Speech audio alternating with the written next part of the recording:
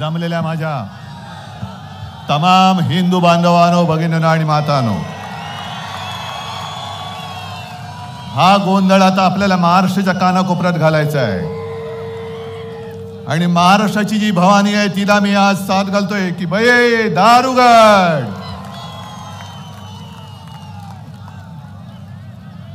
कारण ज्या ज्या वेळेला धर्मावरती अधर्माचं संकट आलेलं आहे त्यावेळेला श्रीकृष्ण आहेत, भगवान श्रीकृष्ण, भगवान श्रीराम आणि आमची आई भवानी हिने वेगवेगळे अवतार धारण करून त्या राक्षसांचा वध केलेला आहे. तीच वेळ आता आलेली आहे.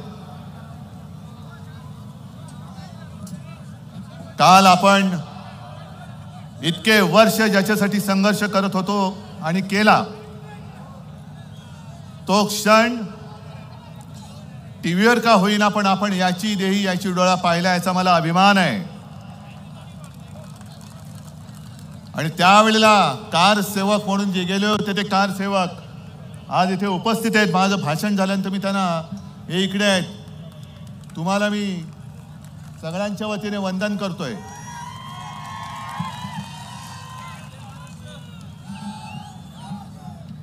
काल काळाराम मंदिरामध्ये मी गेलो होतो, सावरकरांच्या जन्मभूमीत मी गेलो होतो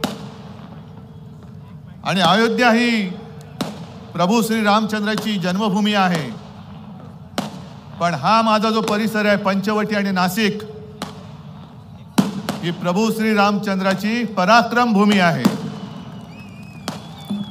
आणि असं म्हणतात की आता जिथे ते मंदिर आहे तिथेच पर्णकुटी होती, जिथे भगवान श्रीराम, सीतामाई, लक्ष्मण हे तिकडे राहिले होते. शुपर्णखेचं नाक आणि कान हे सुद्धा प्रभू रामचंद्रांनी इथेच कापलेलं आहे. आणि मग त्याच्यानंतर जवळपास 14,000 राक्षस हे प्रभू रामचंद्राला मारायला आले होते. आणि आता जसं माझ्या समोर हे भव्य दिव्य स्वरूप आहे तसं तेव्हा प्रभू रामचंद्राने अति भव्य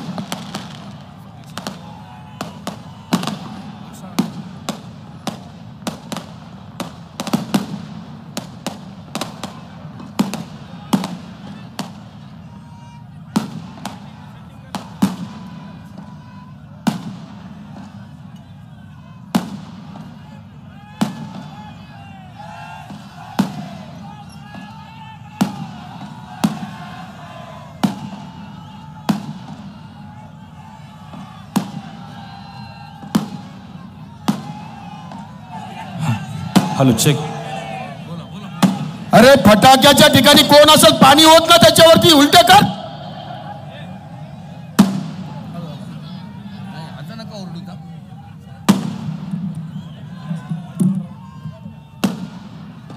आणि 14,000 राक्षस जेव्हा श्रीरामाला मारायला आले होते त्यावेळेला श्रीरामाने असंच अतिभव्य काल स्वरूप धारण केलं आणि त्या राक्षसांचा वध केला होता. म्हणून काल स्वरूप म्हणजे काळाराम तो माझ्या समोर आज बसलेला आहे, प्रत्यक्ष बसलेला आहे. आम्ही कुठे राम मंदिराला विरोध करतो अशातला भाग नाही, कारण तो आमच्या अस्मितेचा प्रश्न आहे. काल मला शिवसेना प्रमुखांची नक्कीच आठवण आली, आपल्यालाही आली असेलच.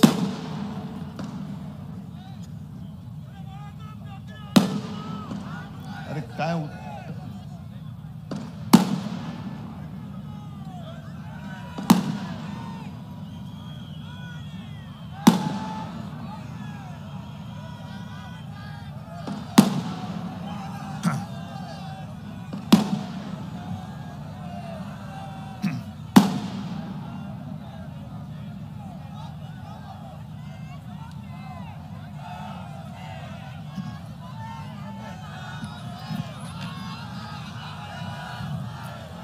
कारण त्यावेळेला शिवसेना प्रमुखांनी जे काही केलं होतं ते आता त्यावेळेला शेंबड्या वयात असणाऱ्या लोकांना माहिती पण नसेल. बरं, यांची इथपर्यंत मजल गेली की शिवसेनेचं योगदान काय. शिवसेनेचं योगदान इकडे बसलेलं आहेच. आणि त्यावेळेला सुद्धा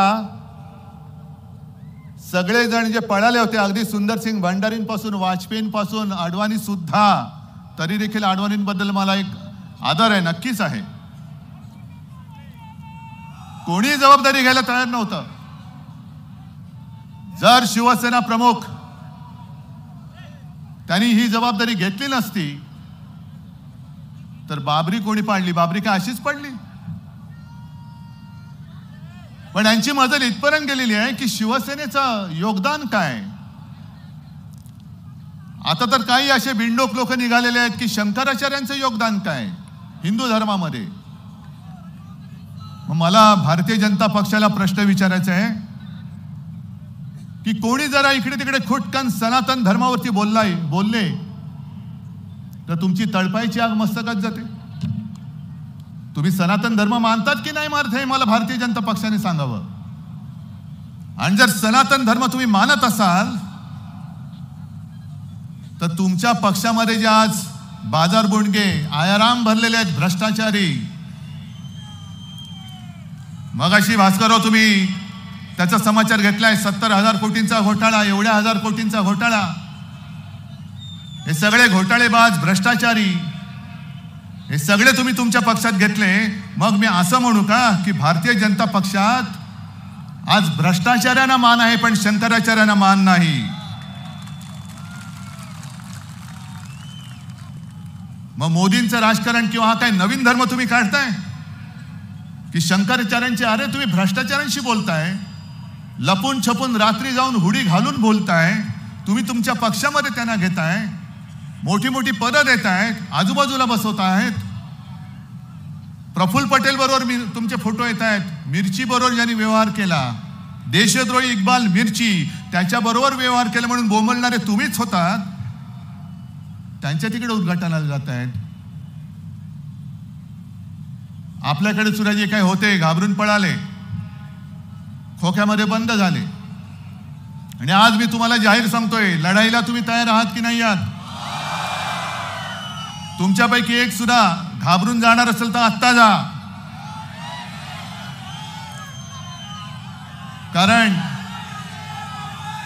शिवसेना प्रमुखांचा जय जयकार करताना जे शिवसेना प्रमुख आपल्याला शिकवून गेले की अरे 100 दिवस शेळी होऊन जगण्यापेक्षा एकच दिवस वाघ म्हणून जगा. तर आधी गेल्या तेवढ्या शेळ्या खूप झाल्या, आणखीन कोणी असेल तर निघून जा. शेळ्यानो निघून जा, मिंद्यांकडे जा, नावच मिंदे आहे. आणि एवढं सगळं भ्रष्टाचारी म्हणून बोलल्यानंतर लोकांसमोर तोंड दाखवल्याने लाज वाटत नाही. पण मला खरंच आश्चर्य वाटतं की हिंदुत्व हिंदुत्व हिंदुत्व सनातन धर्म नुसतं बोलणाऱ्या भारतीय जनता पक्षाला भ्रष्टाचारांना पटवण्यासाठी सगळे खोके आहेत, सगळी पदं आहेत. पण धर्माची शिकवण देणाऱ्या शंकराचार्यांना तुम्हाला भेटण्याची सुद्धा तसदी घेण्याची वेळ नाही. कोणतेही अवदास आहे, कोणता धर्म आहे, हा कोणता तुमचा हिंदू धर्म आहे? आणि अशी काय घाई झाली होती? आम्हाला घाई होतीच, पण ही घाई रामनवमीपर्यंत तुम्ही थांबला असता तर आम्ही तुम्हाला काही घाई केली नसती. आम्ही हा विषय केव्हा घेतला होता आणि म्हणूनच आम्ही भारतीय जनता पक्षाला पाठिंबा दिला होता. राम मंदिर बनवण्यासाठी आम्ही भारतीय जनता पक्षाला पाठिंबा दिलाच होता, हे मी जाहीर सांगतोय. काश्मीर मधला 370 कलम काढून टाकण्यासाठी सुद्धा आम्ही तुम्हाला पाठिंबा दिलाच होता. हिंदूंवरती अत्याचार होत असताना सुद्धा हिंदूंचं रक्षण करण्यासाठी सुद्धा आम्ही तुम्हाला पाठिंबा दिलाच होता. पण जेव्हा कठीण काळ होता त्यावेळेला शिवसेनेची सोबत तुम्हाला लागली. अटल बिहारी वाजपेयी जेव्हा यांना केराच्या टोपलीत टाकायला निघाले होते तेव्हा तुम्हाला शिवसेना प्रमुखांनी मदत केली. ती शिवसेना तुम्ही आज संपवायला निघालात. हे तुमचं हिंदुत्व?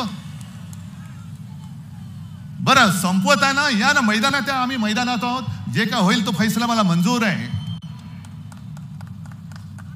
पण हे स्वतः सगळे कडोकट बंदोबस्तात राहणार. आमचे सगळ्यांचं संरक्षण काढून घेतलं आहे, ते पण काढून घ्या. हे आमचं संरक्षक कवच आहे. कोणाची माय व्यायली असेल तर अंगावर येऊन दाखवा. पण स्वतः कडेकोट बंदोबस्तात राहायचं. पोलीस, निमलष्करी, लष्करी, पुढे बॉम्ब जॅमर, एवढं सगळं करून तुम्ही 56 इंचाची छाती दाखवता. अरे माझ्या शेतकऱ्याची सुकलेली छाती, हडकुळी छाती तुम्हाला भारी पडणार आहे. ती भारी पडणार आहे. पण संपूर्ण संरक्षक कवचात राहणार. भारतीय जनता पक्षाकडे मुळामध्ये कार्यकर्तेच नाही जे माझ्याकडे मर्द मला शिवसेना प्रमुखांनी दिले. मी आज सकाळी सुद्धा बोललो, आज पुन्हा सांगतो, ही माझी वडिलोपार्जित संपत्ती आहे. होय, वडिलोपार्जित आहे. मी वारसा घेऊन पुढे चाललेलो आहे. पण भारतीय जनता पक्षाकडे असा कोणी कार्यकर्ता नाही, दंगल झाली का आतमध्ये शेपूट घालून पडणारी अवलाद.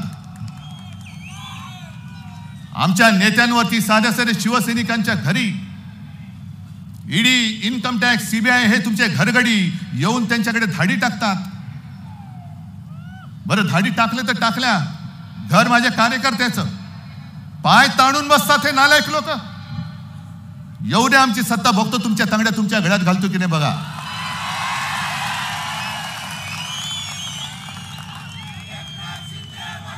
पण एका बाजूला स्वतः कडेकोट बंदोबस्तात राहणार, दुसऱ्या बाजूला तुमच्या यंत्रणा, तुम्ही शासकीय यंत्रणा, त्या शासकीय यंत्रणांचा पगार माझ्या या सर्वसामान्य माणसाच्या खिशातून जातो. हे त्या यंत्रणावाल्यांनी सुद्धा लक्षात ठेवावं. भेकड लेखाचे हे बीजेपी म्हणजे भेकड जनता पार्टी नाव ठेवा. आता भेकड जनता पार्टी भेकडांची पार्टी आहे. एक तर स्वतःमध्ये कर्तृत्व नाही, नेता तर कोणी देऊच शकत नाही. भाकड तर आहातच, पण भेकड सुद्धा आहात. आणि म्हणे आम्ही हिंदुत्ववादी. हे असे भेकड हिंदू आजपर्यंत देशात झाले नाही आणि याच्या पुढे सुद्धा होणार नाहीत. हे कुठलं हिंदुत्व आहे? आणि मध्ये आणि मोर्चे काढले होते, हिंदू जन आक्रोश. कशाला काढताय? आहोत ना आम्ही कुठे हिंदू संकटामध्ये. आणि तिकडे तुमचे विश्वगुरू बसलेले आहेत, ज्याच्यासाठी आम्ही पाठिंबा दिला होता हिंदुत्वासाठी. ते तिकडे बसल्यानंतर हिंदूंना या देशामध्ये आक्रोश करण्याची वेळ येत असेल तर त्यांनी खुर्ची सोडलेली बरी. खुर्ची सोडून द्या, आम्ही आहोत. या सगळ्या गोष्टी या आता सहन होत नाही. म्हणून आपल्याला नुसत्या गप्प नाही बसून चालणार. सहन होत नाही, सांगता येत नाही, सांगितल्या पाहिजेत आणि तोडून मोडून काढल्या पाहिजेत. आता मोदीजींच्या वाऱ्या महाराष्ट्रामध्ये वाढल्यात. दर 5-10 दिवसांनी मोदी येत आहेत. कधी काळाराम मंदिरात, कधी सोलापूरमध्ये, कधी इकडे. आता म्हणतात मला वाटतं पोहरा देवीला येणार आहेत. या बघून घ्या, एकदा फिरून घ्या महाराष्ट्र कसा आहे बघून घ्या. कारण महाराष्ट्रच तुम्हाला धडा शिकवणार आहे. बघून घ्या महाराष्ट्र. पण मोदीजी ज्या वेळेला महाराष्ट्र संकटात होता ना, टोकते वादळ आलं होतं, निसर्ग चक्रीवादळ आलं होतं. कशाला इकडे माझा ग्रामीण भागात आलेला शेतकरी येतो, अवकाळी पाऊस त्याच्यावरती पडला, गारपीट झाली, तेव्हा मोदीजी आले. आता फक्त मतांसाठी येत आहेत. मणिपूरला गेले नाहीत, कारण मणिपूरला फक्त 2 जागा आहेत लोकसभेच्या, बरोबर ना. आणि महाराष्ट्रामध्ये 48. म्हणून मोदी इकडे येत आहेत. निवडणूक आल्यानंतर महाराष्ट्र तुम्हाला आठवतोय. पण संकटात जेव्हा महाराष्ट्र होरपळत असतो तेव्हा तुम्ही येण्याची साधी एक दानत नाही तुमच्याकडे. टोकते वादळ जसं महाराष्ट्रावरती आदळलं, गुजरातवरती सुद्धा आदळलं. पण महाराष्ट्राने मागून सुद्धा पैसे दिले नाहीत. पण पंतप्रधान गुजरातला धावत गेले आणि मागता न मागितले तरी सुद्धा 1000 कोटी गुजरातला देऊन आले. महाराष्ट्राला दिला ठेंगा. काय तुम्ही देशाचे पंतप्रधान आहात की गुजरातचे आहात? म्हणजे देश के लिए मन की बात. आणि गुजरात के लिए धन की बात. का तुम्ही विष फिरताय? गुजरात आमचा सुद्धा आहे. आमच्यामध्ये सुद्धा इकडे गुजराती माता भगिनी बांधव सगळे राहत आहेत, वर्षानुवर्ष राहत आहेत, हिंदू म्हणून राहत आहेत. मी काल तिकडे गेलो, देवळाली बघितली, भगूर बघितलं, नाशिक बघितलं. अनेक आहेत आपल्याकडे, गुजराती आहेत, मुंबईमध्ये आहेत, देशभर पसरलेले आहेत. पण तुम्ही आता हिंदूंमध्ये जो भेदभाव करतात ना, ते हिंदूंमध्ये विष कालवतात, ते घातक आहे. अगदी 92-93 साली सुद्धा ज्या मुंबईमध्ये दंगली पेटल्या होत्या, तेव्हा जा तिथल्या गुजराती बांधवांना आणि उत्तर भारतीयांना सुद्धा विचारा की तुम्हाला कोणी वाचवलं होतं? शिवसेनेने वाचवलं होतं. आम्ही भेदभाव नव्हता केला की अरे कोण आहेस तू, मराठी आहेस, गुजराती आहेस का आणखीन कोणी आहेस, नाही केला. कोरोनामध्ये सुद्धा जेव्हा मी मुख्यमंत्री होतो, संपूर्ण महाराष्ट्र माझं कुटुंब आहेच, मी कुटुंबवत्सल आहेच. आणि म्हणूनच मी मध्ये ज्या वेळेला माझ्यावरती घराणेशाहीचा आरोप केला गेला, तेव्हा मी म्हटलं होतं की अरे घराणेशाहीचा आरोप कोणीतरी घरंदाज माणसाने केला तर मला त्याला उत्तर द्यायला आवडेल. पण घरदार सोडून माझ्या घराणेशाहीवरती आरोप करणार असेल तर ही माझी घराणेशाही, हे माझं घराणं आहे, महाराष्ट्र माझं कुटुंब आहे. त्याच्यामध्ये गुजराती सुद्धा आहेत, मराठी तर आहेतच, माझ्या हक्काचे आहेत.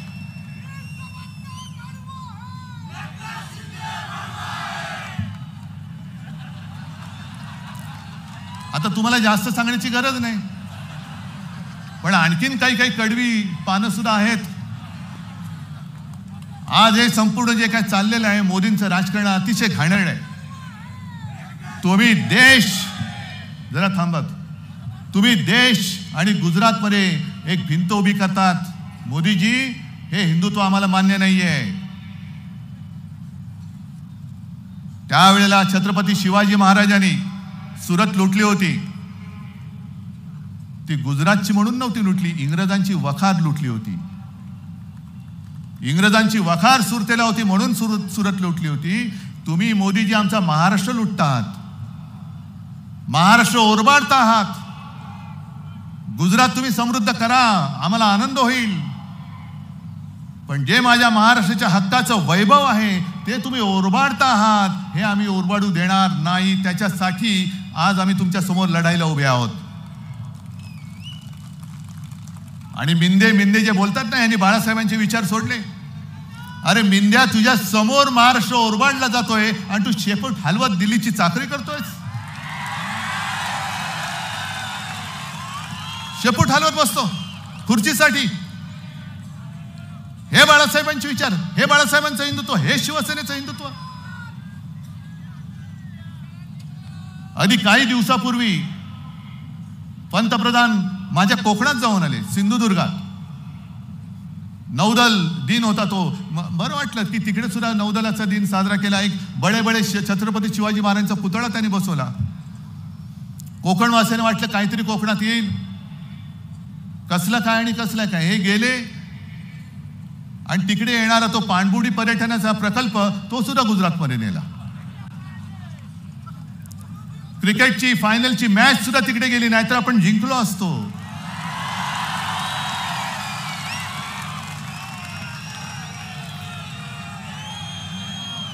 आता तर म्हणजे मधल्या काळामध्ये हेच लोक ओरडून बोंबलून ओरडत होती ना सगळी, बॉयकॉट बॉलिवूड, बॉयकॉट बॉलिवूड. आणि काय काय होतं काल राम मंदिराच्या इकडे, सगळे बॉलिवूडच बॉलिवूड. म्हणजे शंकराचार्य नाही, पण शंकराचार्यांचं काम करणारे तिकडे, हे यांचं थोतांड. बॉयकॉट बॉलिवूड. आता ते फिल्मफेअरचा तो सोहळा आहे, तो सुद्धा आता ते गुजरातमध्ये घेऊन चालले. म्हणजे जिथून जिथून जे काय महसूल मिळण्याची जी काही ठिकाणं आहेत ती सगळी ओरबाडून गुजरातमध्ये घेऊन जातात, सगळी घेऊन जातात. कशासाठी तुम्ही हे करतायत सगळं? काय महाराष्ट्राने असं काय तुमचं पाप केलेलं आहे की तुम्ही आमच्या मुळावरती आला? जो महाराष्ट्र संकटात तुम्हाला दिल्लीमध्ये घेऊन गेला, त्या महाराष्ट्राच्या मुळावर तुम्ही घाव का घालता आहात? आणि मग हे असं बोलल्यानंतर यांनी बाळासाहेबांचे विचार सोडले. तुम्ही आज मला सांगा, मी एक तरी बाळासाहेबांचा विचार सोडल्याचं तुमचं मत असेल? तुम्ही सांगाल तर मी जे आहे ते पद सुद्धा मी सोडून द्यायला तयार आहे, जसं मी मुख्यमंत्री पद सोडलं. जा त्या नार्वेकरला सांगा, लबाडाला सांगा, इकडे येऊन हिम्मत असेल तर इकडून मध्ये येऊन बोल, मी तुझ्या बरोबर येतो, आणि सांग शिवसेना कोणाची. बंद दारात तू निर्णय देतोस. ज्या गोष्टी आम्ही दिल्याच नाही सांगतो त्याचे पुरावे आम्ही गेल्या वेळेला जनता न्यायालयात दाखवले. पाहिले की नाही तुम्ही? नसेल तर पुन्हा एकदा तुम्हाला दाखवीन. शिवसेनेची घटनाच मिळाली नाही, शिवसेनेमध्ये अमुकच नाही. एका 2013 साली हेच गृहस्थ तिकडे उभे होते बिल्ला घालून, आणि दुसऱ्या वेळेला तर आता जे म्हणतायत की हे पक्षप्रमुखच नाही, तेच दाढी खाजवत माझ्या पाया पडले होते. पण ही शिवसेनेची घटना आहे. ही सगळी जी बसलेली लोक आहेत, माता भगिनी आणि बांधव, तुमचे आशीर्वाद, ही माझ्या शिवसेनेची घटना आहे.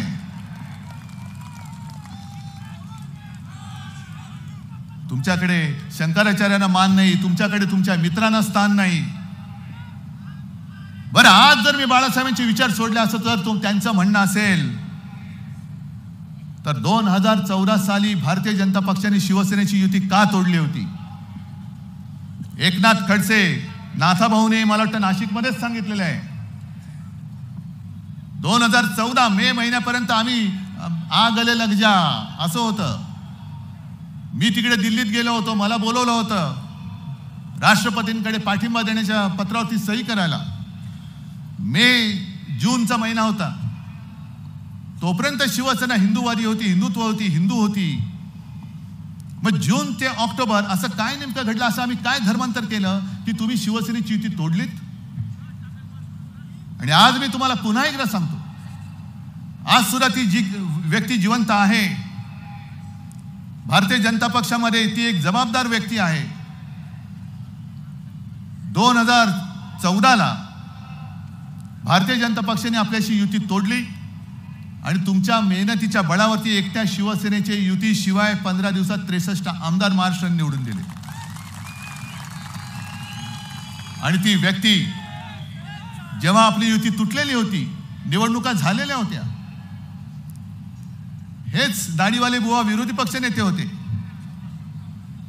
त्यावेळेला ती व्यक्ती माझ्याकडे आली आणि मला त्यांनी स्वच्छ शब्द सांगितले की उद्धव, मला पहिल्यांदा तुझं अभिनंदन करायचंय. म्हटलं का? चल नहीं, दिल्ली में अब क्या कहूं. म्हटलं क्यों आए हैं तो कहीं डालो ना, आता काय आलत कशाला मग? नाही म्हणे, दिल्लीमध्ये अशी चर्चा होती की अब बालासाहेब तो नहीं रहे. 2014 साली, म्हणजे बघा किती हरामी लोक आहेत. 2012 साली शिवसेना प्रमुख, त्यांना असं वाटतं की आपल्यातून गेले, पण आज सुद्धा बाळासाहेब आमच्या मनामध्ये आहेत. पण 2014 साली दिल्लीत हा विचार चालला होता कि अब बाला साहब तो नहीं रहे, ये उद्धव अकेला कुछ कर नहीं सकता और ये शिवसैनिक हैं, उद्धव के साथ जा नहीं सकते. अब समय आया है शिवसेना को खत्म करो, शिवसेना को खत्म करो. अरे इसके आएंगे तो कितने 5 या 10 सीटें आएंगी, लेकिन तूने तो कमाल किया. तुझे 63 आमदार आले, दिल्ली आता तुला घाबरते. 2014 साली सुद्धा शिवसेनेला खतम करण्याची भाषा करणारी लोक, काय आम्ही तुमचा गुन्हा केला होता? म्हणून सकाळी सुद्धा जे म्हटलं ना की राम हे एकवचनी होते, सत्यवचनी होते. मी शिवतीर्थावरती शिवाजी महाराजांच्या साक्षीने माझ्या आई वडिलांची शपथ घेऊन सांगितलं की अमित शहाने जे माझ्या बरोबर वचन दिलं होतं, मला वचन दिलं होतं, ते त्यांनी मोडलं, नाही पाळलं त्यांनी. पण वचन मोडून सुद्धा तुम्ही स्वतःला रामभक्त मानता. जर वचन पाळलं असतं तर आज देवेंद्र फडणवीसला अर्धा नाही पाव मुख्यमंत्री जे झालेत ते आता ते पूर्ण मुख्यमंत्री झाले असते 2.5 वर्ष. काय फरक पडला असता? जी काय तुम्ही फोडाफोडी केलीत, ती फोडाफोडी न करता आज अख्खीच्या अख्खी ही शिवसेनेची खरी ताकद तुमच्या सोबत राहिली असती. आणि आता तुम्हाला महाराष्ट्रामध्ये वारंवार यावं लागतंय, ती येण्याची गरज लागली नसती. महाराष्ट्राने म्हणजे शिवसेनेने पुन्हा एकदा तुम्हाला सन्मानाने दिल्लीत पाठवलं असतं. पण तुम्ही घर फोडता, पक्ष फोडता, पक्ष पळवता, पक्ष चोरता. आणि त्याही पेक्षा घातक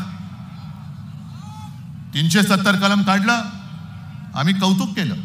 कलम कागदावरती काढलं. अजूनही काश्मीरची परिस्थिती नाही सुधारलेली. अजूनही तिकडे मध्ये मध्ये हत्या होतातच आहेत. पण तेव्हा मला असं वाटलं होतं की यांचं जे एक घोषवाक्य आहे, एक विधान, एक निशाण, एक प्रधान, म्हणजे एक आमचा तिरंगा असेल. पण तो तिरंगा नाही, आता असं म्हणतं त्या नड्डांच्या बोलण्याप्रमाणे की एक निशाण म्हणजे फक्त भाजपाचं निशाण, एक विधान म्हणजे मोदी लिहितील ते विधान, आणि एक प्रधान म्हणजे तेच प्रधान, बाकी होणार नाही. हे चालणार आहे तुम्हाला? एक निशाण ते माझ्या भारत मातेचं तिरंगा असेल, भाजपचा फडका नसेल. आणि एक विधान हे माझ्या डॉक्टर बाबासाहेब आंबेडकरांनी लिहिलेलं संविधान असेल, भाजपने लिहिलेलं विधान नसेल. आणि एक प्रधान तो माझ्या जनतेने निवडून दिलेला असेल, तुमचा ईव्हीएम मधनं आलेला प्रधान नसेल. ज्या दिशेने आपण चाललेलो आहोत, ही दिशा देशाला हुकुमशाहीकडे नेणारी आहे. मी मोदीजींचा विरोधक नाही, मी व्यक्तीचा विरोधक नाही. मी आज सुद्धा त्यांना नरेंद्र भाई म्हणतो, कारण माझे त्या काळामध्ये संबंध त्यांच्याबरोबर चांगले होतेच, हे मी जाहीर सांगतो. मला लपवण्याची गरज नाही आणि मला लपवणं माझ्या वडिलांनी शिकवलेलं नाही.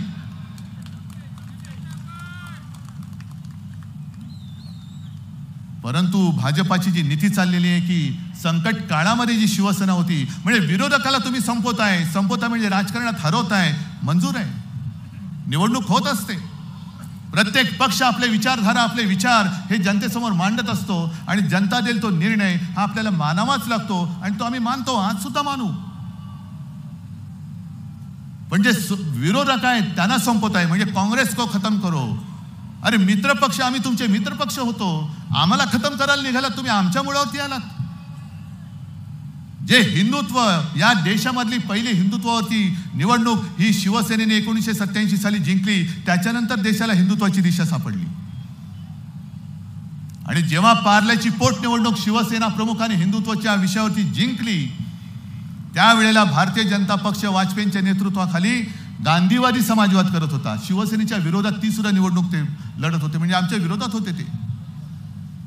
म्हणजे ज्यांनी तुम्हाला दिशा दाखवली त्यांच्या मुळावरती तुम्ही येत आहे. म्हणजे तुम्हाला विरोधक नको, तुम्हाला पक्ष मित्र पक्ष नको. एवढंच नाही तर तुम्ही तुमच्या पक्षातले नेते संपवायला निघालात. किती भयानक आहे राजकारण. म्हणजे मी आणि फक्त मीच.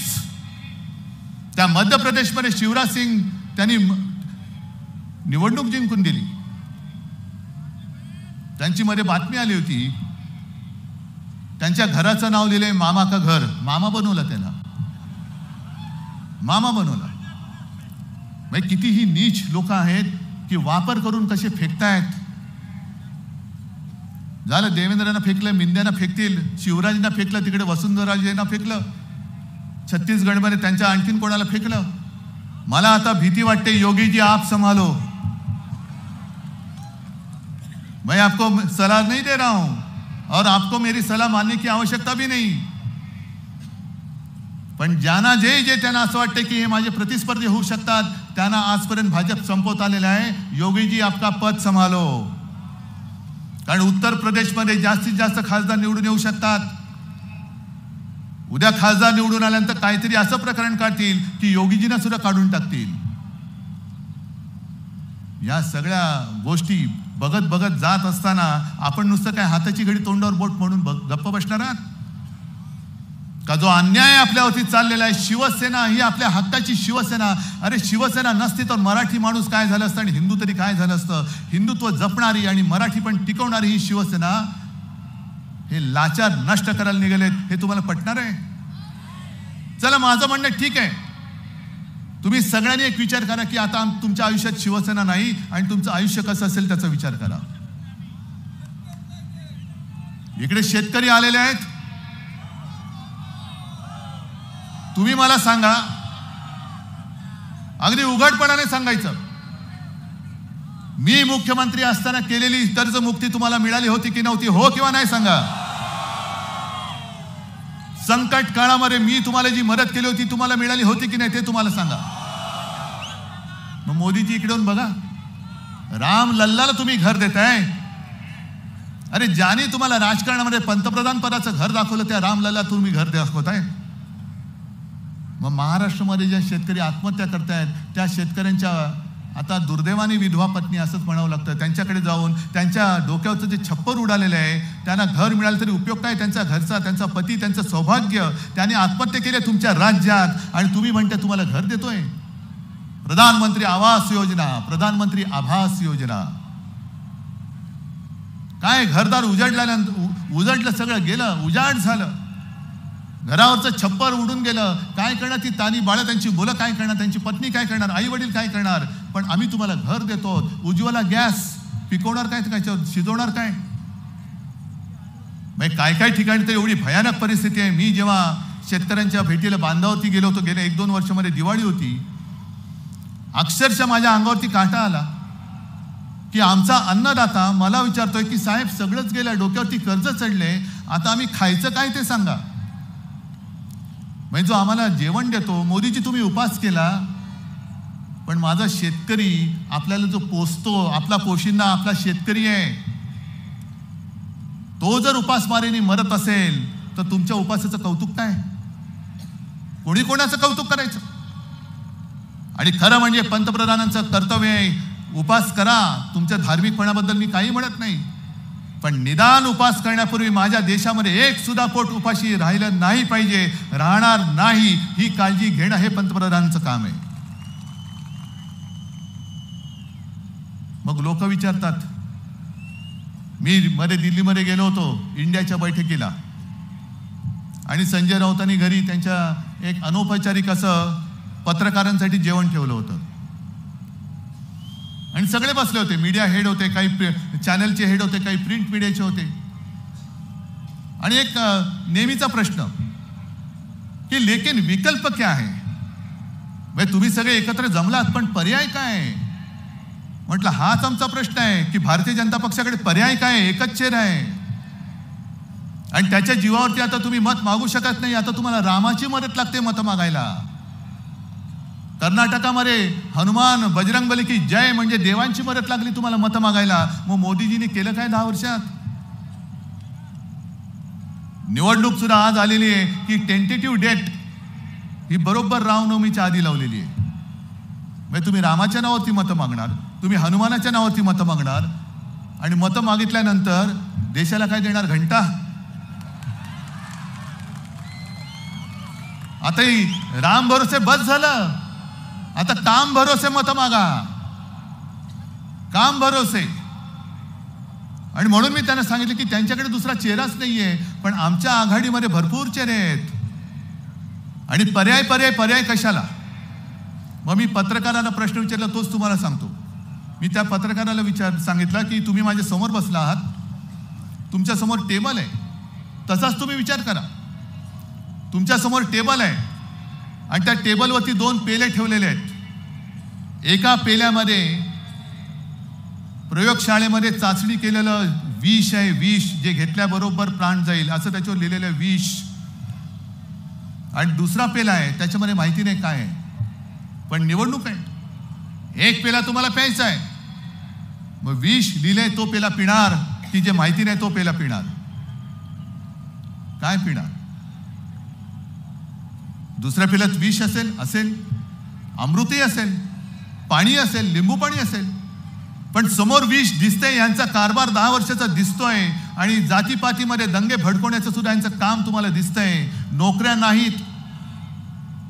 शेतकऱ्यांचं उत्पन्न दुप्पट वाढलं असेल, पुन्हा द्या मतं त्यांना. वाढले दुप्पट. पीक विमा योजना काय लाभ झालाय. महिला इकडे आल्यात, उज्ज्वला योजना मिळाले. तुमच्या घरामध्ये कोणाला तरी नोकरी मिळाले. तुमच्या गावामध्ये नवीन उद्योग कोणता आलाय. मग कशासाठी मत देणार. कशासाठी मत देणार. आणि म्हणून मला जसं सकाळी मी सुरेश भटांची कविता तुम्हाला सांगितली होती त्या शिबिरात, तशीच नाशिकमध्ये आल्यानंतर कुसुमाग्रजांची एक कविता, त्यातल्या 4 ओळी मी तुम्हाला सांगतोय आणि मग तुम्ही ठरवायचं की काय करणार आता. कारण हे सगळे राक्षस हे राक्षस आता ह्या सगळ्या त्यांच्या यंत्रणा घेऊन अंगावरती येत आहेत. मग तिकडे महिला बघत नाही, काही नाही. आमच्या किशोरीताई पेडणेकरवरती समन्स वायकरला देत आहे, सूरज चव्हाणला पाठवत, अनिल परब आहे, संजय राऊत आहे. अरे तुम्ही शिवसेना संपवलेत ना, मग कशाला आमच्या मागे लागताय? का अजून तुम्ही माझ्या साध्या शिवसैनिकाच्या आणि नेत्याच्या घरी ईडी आणि सीबीआय पाठवताय?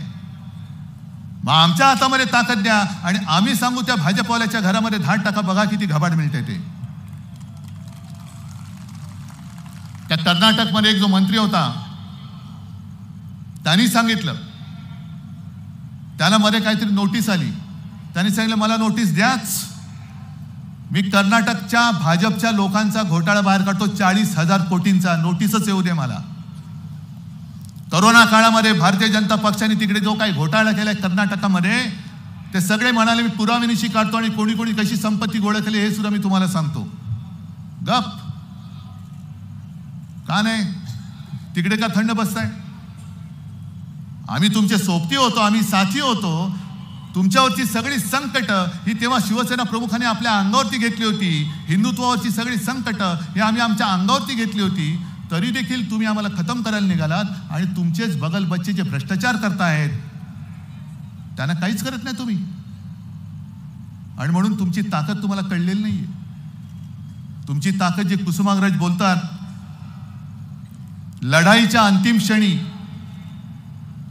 सामान्यच असामान्य होतो, संसाराचा कोश तोडून लढाई जिंकतो, पुन्हा सामान्य होतो आणि आपल्या विजयाची मिरवणूक परस्तपणाने आपल्या घराच्या खिडक्यांतून पाहतो. ही सर्वसामान्य माणसांची ताकद आहे. क्रांती क्रांती क्रांती जी काय असते तो सर्वसामान्य माणूस करतोय. नेत्याला वाटतं की आम्ही क्रांती केली, पण सर्वसामान्य माणसाची मनगट आणि मन जोपर्यंत नेत्याच्या हाकेला हो देत नाही तोपर्यंत क्रांती होत नाही. तुम्हाला क्रांती जे माझे आजोबा सांगायचे की शांती ही मुडद्याची असते आणि क्रांती ही मर्दाची असते. तुम्ही मर्द आहात का मुडदे आहात हे तुम्हाला ठरवावं लागेल.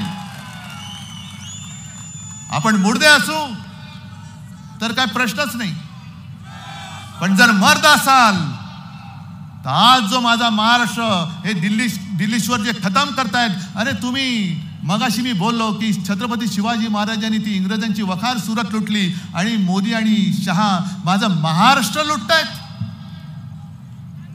या महाराष्ट्रामध्ये छत्रपती शिवाजी महाराजांनी नुसता जन्म नाही घेतला, पण त्यांच्या विचारांनी मर्द जन्माला आलेले आहेत. आणि माझं आज पुन्हा त्यांना आव्हान आहे, तुम्ही तुमचे सगळे घरगडी संस्था बाजूला ठेवा आणि मैदानामध्ये या. अरे अबकी बार 400 पार होणार असेल तर ईव्हीएम बाजूला काढा आणि बॅलेट पेपरवरती 400च्या पार 400 मतं मिळाल्याशिवाय त्याच्या आत तुम्ही आटोपलं नाही तर बघा. आणि आज हे संपूर्ण मी बघतोय काल स्वरूप, रामाचं काल स्वरूप बघतोय. ते बये दार उघडी, माझी बया जगदंबा माझ्यासमोर बसलेली आहे.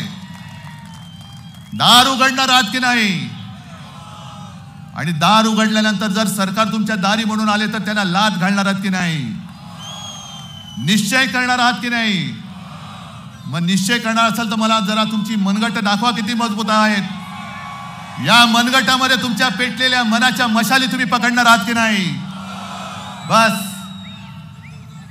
मग जय भवानी जय शिवाजीचा नारा हा महाराष्ट्राच्या काड्या कपाऱ्यांमध्ये असा घुमला पाहिजे की दिल्लीच्या तख्ताला हादरे बसले पाहिजेत.